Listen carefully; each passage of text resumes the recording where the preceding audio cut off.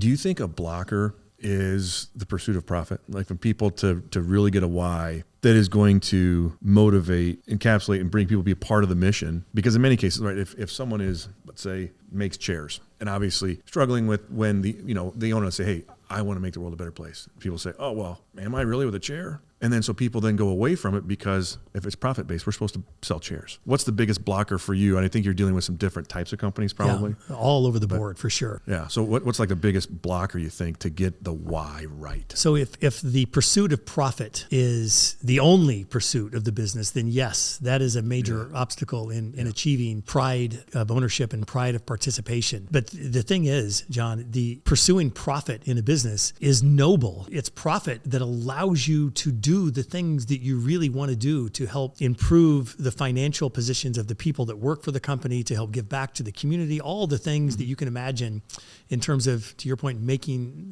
the world a better place. Profit is what enables that. So profit in and of itself is definitely not evil. In fact, it's noble in purpose. Welcome to The Roll Call, the podcast where we dive into the roles that define us. I'm your host, John Glahn. On each episode, we explore the journeys of people discovering their true roles in life, business, and beyond. Get ready for inspiring conversations about finding purpose and authenticity. Let's roll the roll call.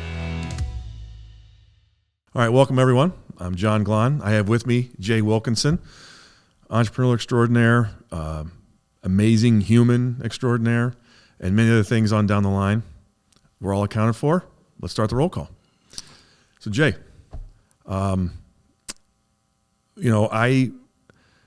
as I've started this podcast, I've wanted to have people on that have affected me in different ways and what role they play in my life. And that's my fascination, is with the roles that we play and that everyone does and everyone's story.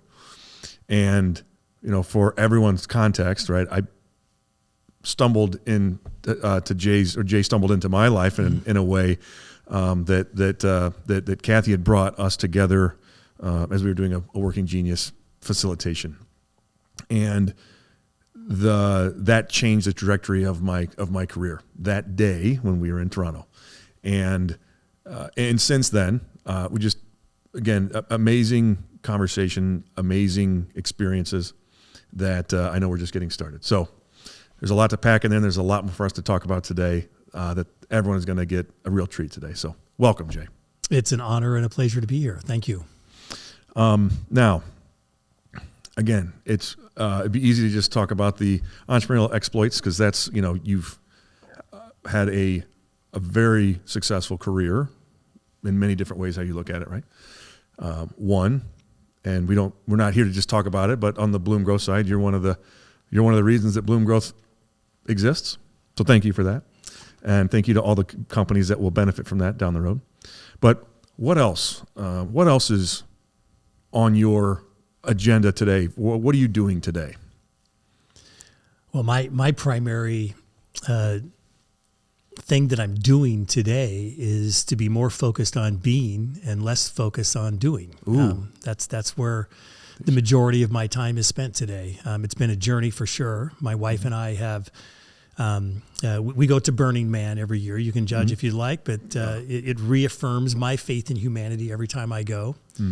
And the process of doing that every year for a decade or so has opened up doors and avenues and different pathways to become more focused on and enamored with and in love with just being alive and spending my days in ways that bring pleasure to myself, others, and make a difference for the people around me. And I think the key word that you used in your introduction, I'm stumbling along like every other human, just trying to figure out how to rid myself of insecurities and shame and the things that have plagued me for my entire adult life, and to learn how to be a beacon of light and opportunity for other people, whether it be my children, my coworkers, employees, entrepreneur peers, etc. And I can't help but notice your bracelet there, love. there a story behind that? Yeah, there is. My wife and I had an opportunity to spend some time with the Maasai tribe in Kenya and Tanzania a little more than a decade ago. And the Maasai women started making these beaded bracelets as a way to create economic empowerment for them in their patriarchal societies, and it gave them a leg up in being able to provide for their families in a way that gave them power in an otherwise powerless world. And so when we go to Burning Man, we give these bracelets away as gifts to people that we come across that touch our lives. And I wear one every day. Wow. That's fantastic. On the impact that you're making with people to, on the business aspect, and we don't need to spend a ton of time on it, but from the business side of things and how you're affecting the economics of the world, right? What projects are you working on? The biggest project that I'm working on at the moment is with the Do More Good movement. I'm the founder of an organization that takes a stand for transformation and abundance. And we have a tiny little goal to try and save capitalism. I believe that so many businesses and business leaders in particular are still caught up in the way business has been done for centuries. And by that, I mean focus on a shareholder primacy model where, the owners of the companies, the primary shareholders, are running companies to make money for the owners. And I think for capitalism in its purest sense, capitalism is about the free market. Let the customers decide. Let the employees decide where they work. And we're coming into the biggest shift in business, I believe, in all of history, bigger than the industrial age, bigger than the computer age that followed that. We're coming into an age where AI, technology, and just awareness of and immediacy and the resources and access to everything makes it necessary for businesses to be run differently.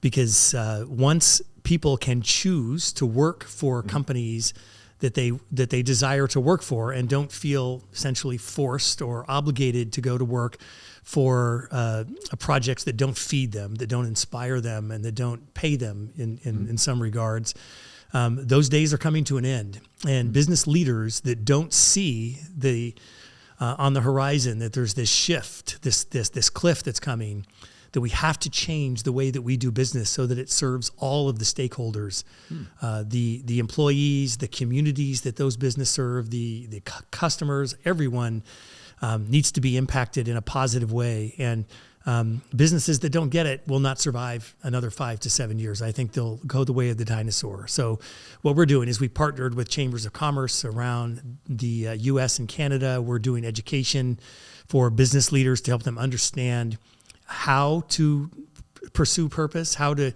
reimagine and reinvent their company so that they serve all of the stakeholders. And the process of doing that has been one of the biggest joys of my business life. I've been able to interview more than 3,000 business leaders. These are CEO, COO, C-suite business leaders who run companies that have been listed on someone's best places to work list, whether it's Forbes or Inc. or whatever.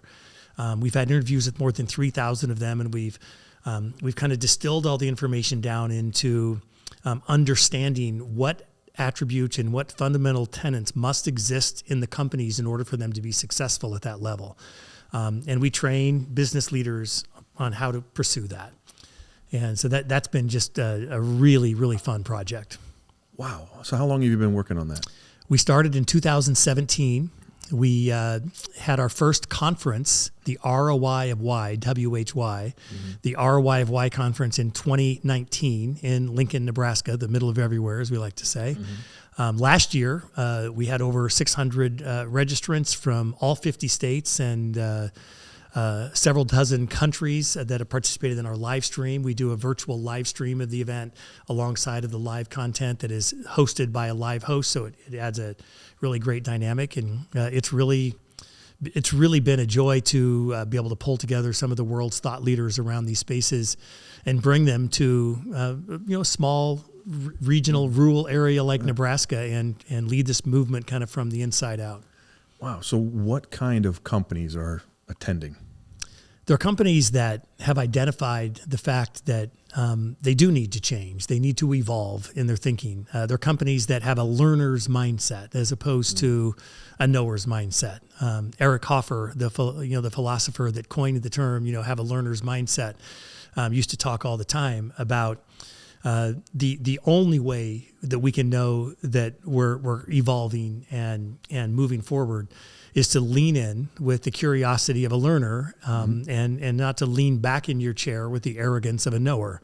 And so the people that come to our events are people that are leaning in with curiosity to learn a better way. And really, when it comes down to it, that's what it's all about, is seeking a better way. If every team in every business across the world were just to be focused on always how can we find a better way, we would be evolving at a pace that would be beautiful. I think about like most companies, when they're onboarding a new employee, they'll bring them in and say, this is how we do it here at XYZ company, learn the ropes. A better way is to say, this is how we've always done it here at XYZ company. If you have ideas or insights that will help us expand or grow or do it better, please speak up. That mindset switch is fundamental to every aspect of what we're focused on. Wow. I recently had a friend on from the nonprofit space, and he mentioned how the why of a nonprofit is ingrained in everyone, because that is why they get up, right? They're purpose driven. And, I know, and right, we're in the operating system land of EOS, Bloom, Pinnacle, all that, right? Where that's a part of it. The why is the part of it. And I know many companies do struggle with a why. I know owners struggle with, the why should be bigger than the business. Okay, get it. But can it be a why? Because many owners have a why that's beyond the business, and it's a wonderful breakthrough to get them to pull that out of them. But then getting them to translate that to the rest of the organization and allow it to drive the organization when it's not related, for lack of a better word. So how are I don't know, what's your reaction to that? So what it comes down to one word, and that's pride. Gallup has done tremendous research on understanding the inherent qualities that employees want in an employer, in a company. And after all the research and distilling it down, one thing they've learned is that the employees that are fully engaged in a company are fully engaged because they feel pride. It doesn't necessarily have to be in the job that they have. They could be the custodial staff. There's the famous story of when Kennedy was at NASA and he was going down the line, shaking hands of everyone in a line, and he shook the custodian's hand and said, "What do you do?" And he said, "I help put people on the moon, sir." The famous story, because he had so much pride in the work that they do. And the bottom line, John, is that every one of us, we want to be part of something that's bigger than ourselves. It's human nature. And if we can create a why that inspires people to feel pride in ownership and understanding that I'm part of something that's bigger than just the role that I play or the job that I have, that's all it takes. And it sounds simple when you say, okay, just create something that makes people feel like they're part of it. But there's a science and it takes a lot of work to not only create a why that inspires people to want to be part of it, but to state it in tangible ways that people can understand how they can play a part in achieving that. But that's the work that we do in training business leaders in getting to that. Do you think a blocker is the pursuit of profit? Like for people to really get a why that is going to motivate, encapsulate, and bring people to be a part of the mission. Because in many cases, right, if someone is, the struggle is, someone, let's say, makes chairs, right? And obviously some struggling with when the owner say, hey, I want to make the world a better place. People say, oh, well, am I really with a chair? And then so people then go away from it because if it's profit-based, we're supposed to sell chairs, right? So I'm just curious, is that, what's the biggest blocker for you? And I think you're dealing with some different types of companies probably. Yeah, all over the board for sure. Yeah. So what's like the biggest blocker you think to get the why right? So if the pursuit of profit is the only pursuit of the business, then yes, that is a major obstacle in achieving pride of ownership and pride of participation. But the thing is, John, the pursuing profit in a business is noble. It's profit that allows you to do the things that you really want to do to help improve the financial positions of the people that work for the company, to help give back to the community, all the things that you can imagine in terms of, to your point, making the world a better place. Profit is what enables that. So profit in and of itself is definitely not evil. In fact, it's noble in purpose. It's when that is pursued at the expense of people that it becomes an issue. So one of the things we learned from those more than 3,000 interviews with business leaders in these companies that are featured on someone's best places to work list, one of the things we learned in terms of the three fundamental mindsets of a do more good company. The first one, number one, is people first. Because again, people want to be part of something that's bigger than themselves, and we have to start with people and put people first at all times. And once you've established that, the second fundamental mindset that we see across all of these companies is that they are purpose driven, that they have their why established. But people come before that even. It's people first, purpose driven, and then the third part is growth oriented, and profit lives in the growth. So does the learner mentality, and so does the idea of consistently finding a better way. All of that lives in the third fundamental mindset. But it's those three things working together that enables a business to succeed at really high levels, and profit is a really big part of that. And it's what you do with it. Yeah. Right. Which I don't know if you're ready yet to get into some of the things that we discussed a few minutes ago about some ideas with that profit, right? Or some things that you're trying to show businesses how to do with that profit. Yeah, so I'll give you an example, a specific example. One of the companies that I founded, it's called FireSpring. FireSpring became a certified B Corporation in 2014, which is an arduous task. It's very difficult to go through all the work to get to that point. We were featured in Inc. magazine as one of the 50 best places to work in America in 2016. So we've had some accolades as we've grown. In all of that, the thing that people talk about in our company more than anything else when they talk to their family and friends is what we refer to as our Power of Three program. And Power of Three inside the walls of FireSpring means that we give 1% of our top line revenue to nonprofit organizations that are doing the real front end work, and our employees have a say in where the money is distributed and how it's shared. So 1% of our profit, 2% of our products and services are given away in kind to nonprofit organizations. So we do website development and marketing services and printing and sign making. We have some industrial trades. So we do all kinds of different things at the company. And 2% of all of the work that we do is given away in kind to nonprofits that that really helps them because they don't have the budget to do most of the things. And then 3% of our people. So 1% of our profit, 2% of our products, and 3% of our people. And the people equation works like this. Every single full-time team member in our company gets paid time off to go volunteer for a nonprofit of their choice. And they have to get a minimum of 8 hours every month. So 1 full day a month. Wow. And if you do the math on that over the course of a year, that's more than 3% of their time. But it's that volunteer component where they're actually going into the community and they're room dads and room moms for their schools, and they're volunteering for their churches, and they're building homes for Habitat for Humanity. All of our employees are there because they love the fact that we are making a hands-on difference in our community. So when you talk to the average fire springer, they're talking about the power of three. They don't care that we were recognized as the best place to work. They don't care about this other stuff. It's the tangible stuff that they get excited about. That's what they tell their friends about. Wow.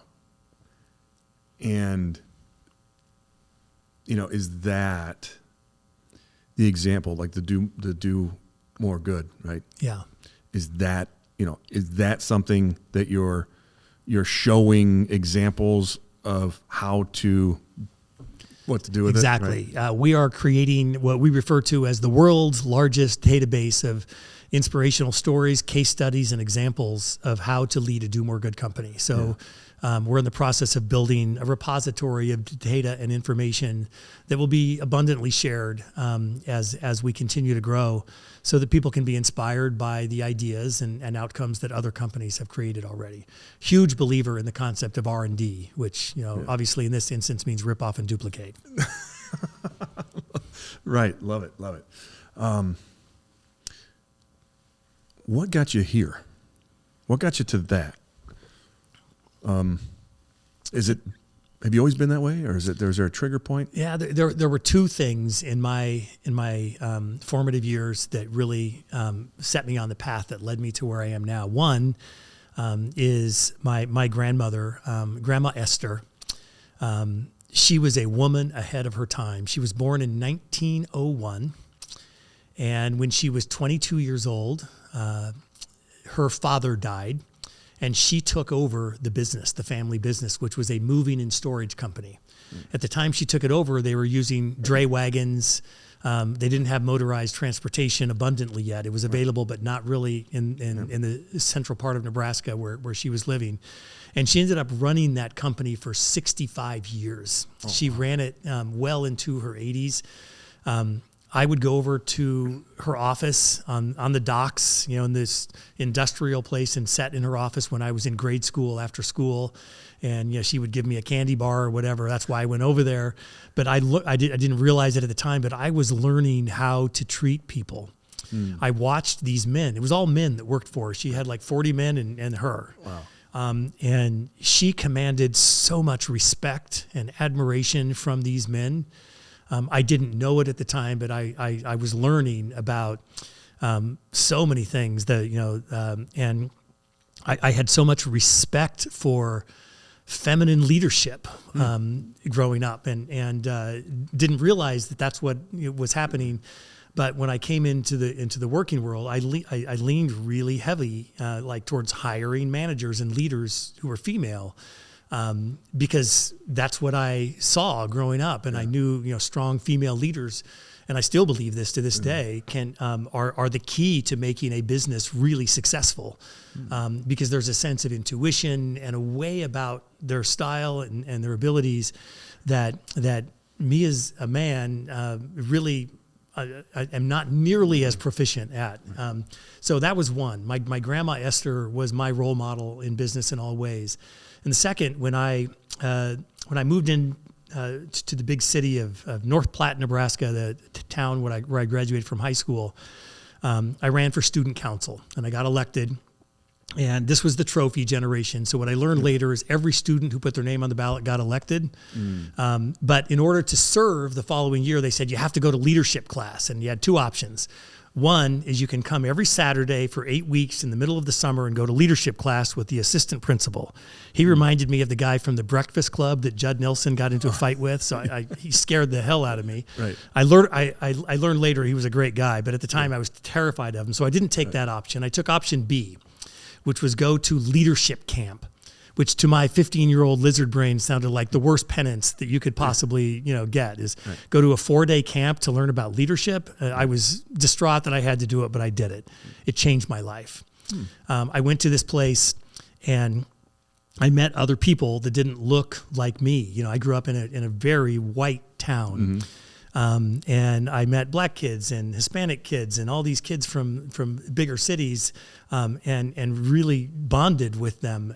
And more importantly, I learned about myself. I learned that I don't have to have the same opinions as my parents and grandparents, that I have, like I'm a sovereign being. I can make decisions on my own, and I can have opinions that are different. There was a sign that hung on the wall in my classroom. So the way the camp works is they have like 500 kids, and you're divided into groups of 12 students. So the other 11 students and me were in the same group, and the entire thing was hands-on activities, not one lecture of the whole thing, which is what I was afraid was going to happen. But it was like, okay, build a tower out of like popsicle sticks and cotton, and who can build the highest tower? You're competing against those three groups, go, and you have to all jump in, and it was those kind of things. And I learned so much about myself. But when I came home, there was a sign on the wall that now is emblazoned all over the walls of Firespring, my business, and that has been really fundamental to my entire life. It's a Stephen Grillet quote, and it says, "I expect to pass through this world but once. Any good, therefore, that I can do, or any kindness I can show, let me do it now. Let me not defer or neglect it, for I shall not pass this way again."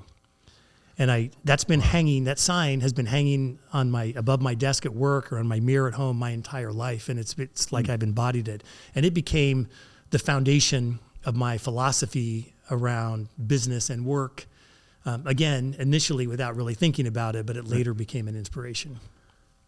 Wow. And to have that gift early on in life. Yeah.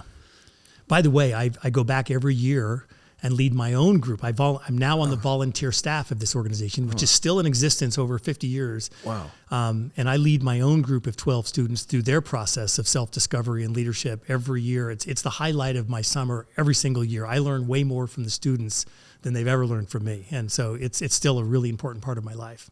Wow. I can't, it's hard to imagine that most of us don't even get to that point in life with those realizations. But to actually be, whatever reason, right? Yeah. Life happens as it happened.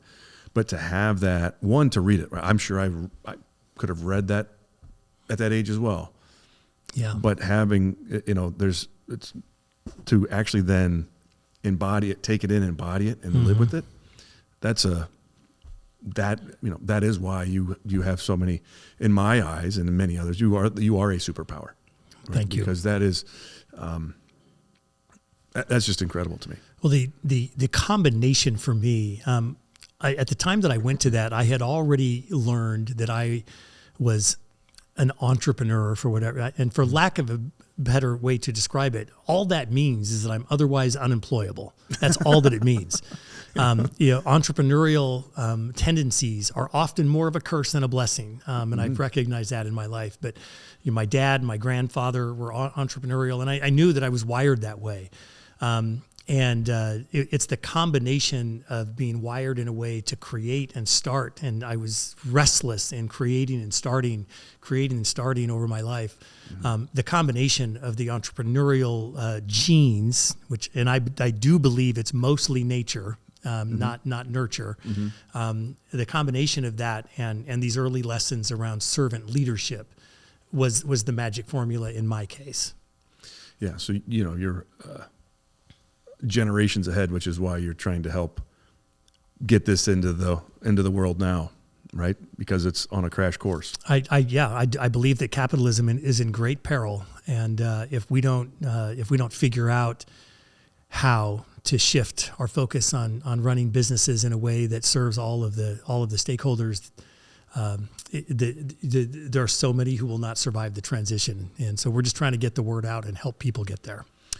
So, what role do you have? And I heard the amazing board that you have. What role do you serve at Do More in both Firespring and Do More Good and and any other one? Right? Well, to use the traditional EOS Bloom Pinnacle terms, I'm the visionary of the organization. The minute I step into taking on any responsibility for getting anything done is the moment we know it's going to fail. So my focus has been on really creating relationships with a lot of the people that are creating incredible change and lending their voice and their expertise to the various movements that are happening around the world, and to try to bring them together for our annual event, our annual conference that we do in Nebraska, and then creating the platforms and the processes that we're using to train business leaders. That's my primary focus. Wow, that's fantastic. So, taking it back to, again, I love to discuss and discover all the roles that we have in life. Most of us tend to talk about the business side of things, and it's hard not to. But how about in the life outside of that? All right. I know you mentioned you and your wife going to Burning Man, and I know we've discussed about many other things, but I would, if it's not too painful for you, I would like the audience to hear about what you have endured over the past couple months. Yeah. The incident. The incident, yes. So on May 30th, just a few months ago from the time that we're recording this, I went to work that day and got several text messages. I was having a lunch with a business acquaintance, and my phone was just vibrating in my pocket. I don't check my phone when I'm meeting with somebody like most people, but it just wouldn't stop. So I said, I need to check my phone. And I pulled it out and looked at it, and there was a text from my wife that simply said, "Our house is on fire. Please get home." And what started going through my head was just like, oh my God, I left downtown Lincoln where I was having lunch, and it was a 5.5 mile drive to my house. But the minute I got out of the perimeter of downtown, the taller buildings, I saw the plumes of smoke coming up on the opposite end of town. And it took me what normally takes 20 minutes. It took me 10 minutes to get home, but that 10 minutes seemed like a lifetime as I was thinking about all of the things that were in the house. In my family, I became the curator of the heirlooms. When my mother passed away in 2011, I loaded up the U-Haul and brought all of the special things, the clothes, her high school, yearbooks, and the pressed tin photo albums with great grandparents, the postcards that were written from great grandparents to their spouses during the war, and all the things, the locks of hair of my kids, and on down the list. And when my wife and I were married, we made a vow to each other to have a meaningful experience in 100 countries together. It's something that it's been our journey, and it's been so delightful. We're somewhere in the mid 60s now to go to places and learn about immerse ourselves in culture. Not necessarily. Sometimes we stay at nice places, but we usually go and just immerse in culture and neighborhoods and get to go to schools and meet with people. It's just beautiful what we learn. And everywhere we've gone, we had brought something back special, whether it was a dish or an art piece or a piece of clothing. All of those were in the house. And as I'm driving home, that's all I could think about is all of the things. But once I was standing there in the lawn, just watching the destruction, and it was obvious and evident that it was complete destruction. There was nothing that was going to survive the fire.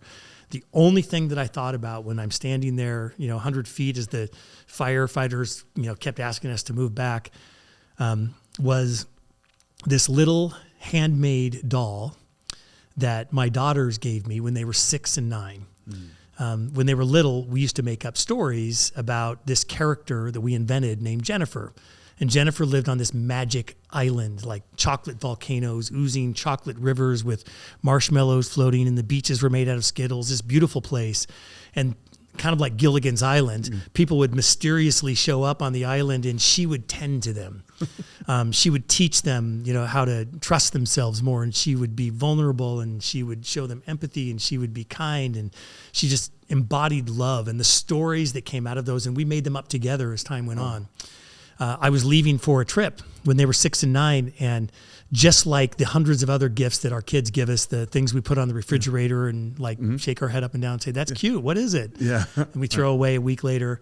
This is what I thought it was when they first gave it to me. But I later, when my daughter, with her bottom lip quivering, says, "Daddy, this is Jennifer," because we know that if she's with you, you're going to be okay. Oh. I was going on a 2-week trip to New Zealand, and I told them I was jumping out of airplanes and riding motorcycles on mountain ridges, all these things that I'd always wanted to do, and they were terrified. And so they gave me Jennifer as a gift. And as I'm standing there in the yard, Jennifer had been in my pocket in all 60 plus countries. Oh, wow. When my mother died, my mother was on this makeshift hospital bed in the middle of my parents' living room when she took her last breath, and I was holding her in my arms, looking into her eyes, and I had to insist, Mom, it's okay. We're going to be okay. You can go, because she was holding on. She'd been holding on, and I didn't have the sense to say it's okay to go until that moment.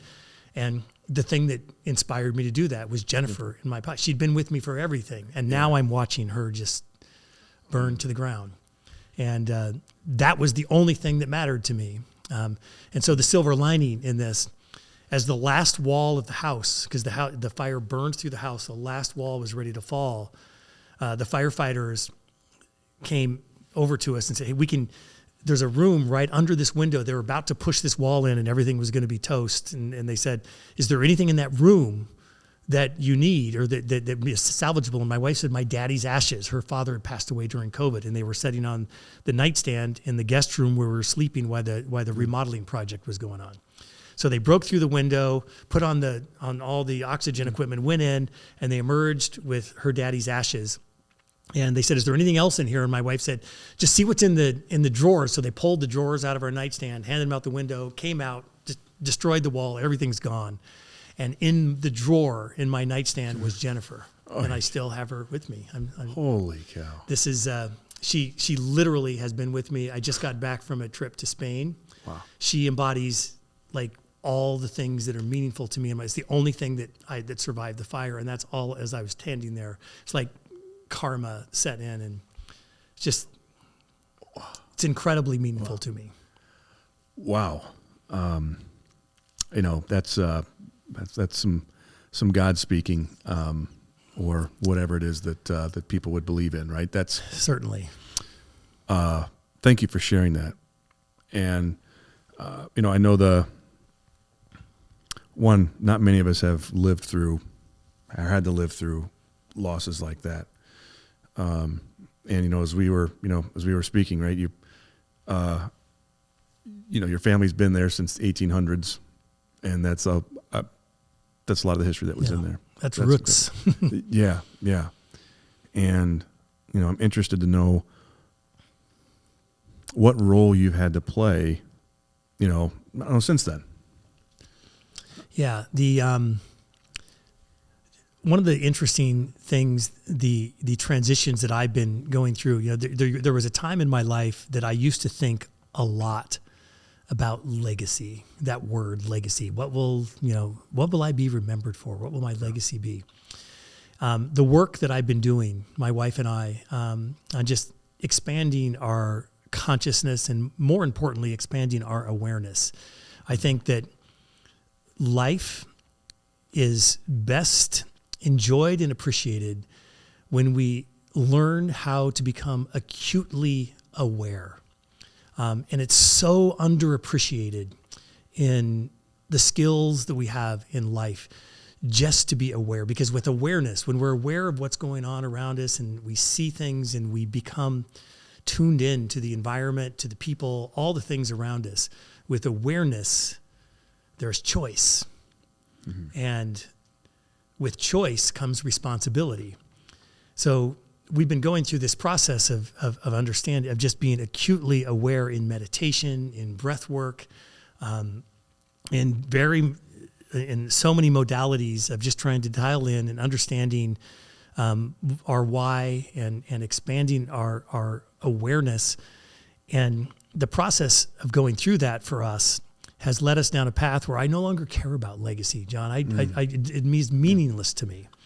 I think about every human that's ever been on the planet before me, every single one of them, they're all gone.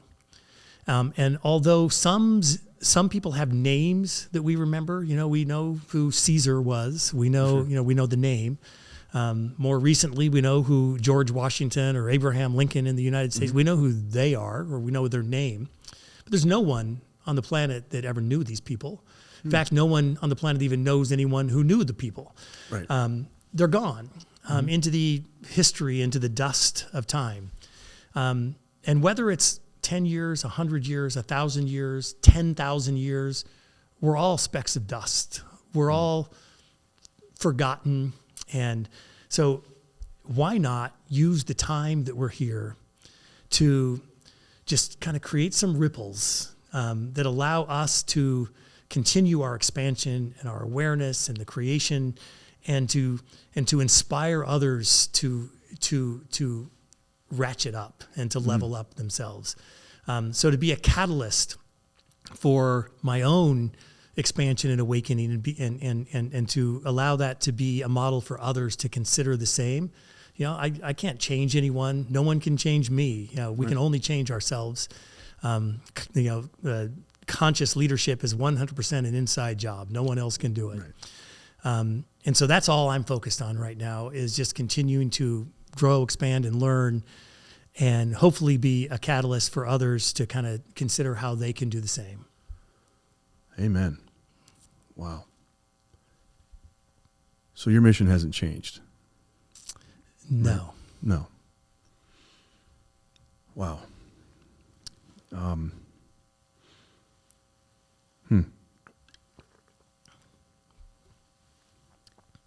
What's next for you? What's the next adventure that you're going to take with your wife to add to that number? Yeah, we've been talking about that. We just got back, in fact, yesterday. We had a 2-week trip where we flew into Barcelona, Spain. We rented a car, and we drove to Andorra and visited an old friend of mine who lives in a tiny little country between Spain and France, which is one of the most beautiful places on planet Earth. And we collected our first new item that will go in our new house so we can begin that process again. We drove up the coastline to San Sebastian and Bilbao, stopped in this tiny little fishing village of Cudillero, Spain, and had the most beautiful view outside of our window of this fishing village nestled on the side of a mountainous terrain that just descends into the ocean, just like all the photographs. It's just incredible. We went to Santiago de Compostela, which is the end of the trail of the Camino, which pilgrims for 1,000 years have migrated to. And we rode our bikes from Santiago to Porto, Portugal, several hundred kilometers, up the coastline. And that's how we spent the last 2 weeks. And we were immersed in culture and people, and met people that you would never meet if you're in a car. And so that's what we just got back from yesterday. We're currently deciding what the next adventure is going to be. We haven't settled anything yet.